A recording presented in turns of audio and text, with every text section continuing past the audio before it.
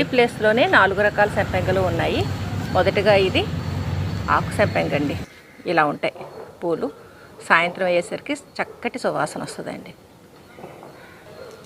ఆ తర్వాత సింహాచలం సంపెంగ. ఇది కూడా అందరికీ తెలిసిందే కదండి. మంచి సువాసన, చాలా బాగుంటాయి పూలు. ఇంకొంచెం ముందుకు వెళ్తే తిరుమల సంపెంగ అండి. ఆ పక్కనే నాగసంపెంగ, మెట్లు పక్కన. నాగసంపెంగ పూలు ఇలా ఉంటాయి. తిరుమల సంపెంగ పూలు ఇదిగోండి ఇలా తెల్లగా ఉంటాయి. సింహాచలం సంపెంగ పూలు ఇలా ఉంటాయండి. ఫ్లవరింగ్ టైంలో అయితే మొత్తం చెట్లన్నీ కూడా బాగా విరబోస్తాయి. ఇప్పుడైతే కొద్దిగానే పూలు కనిపిస్తున్నాయి మనకి.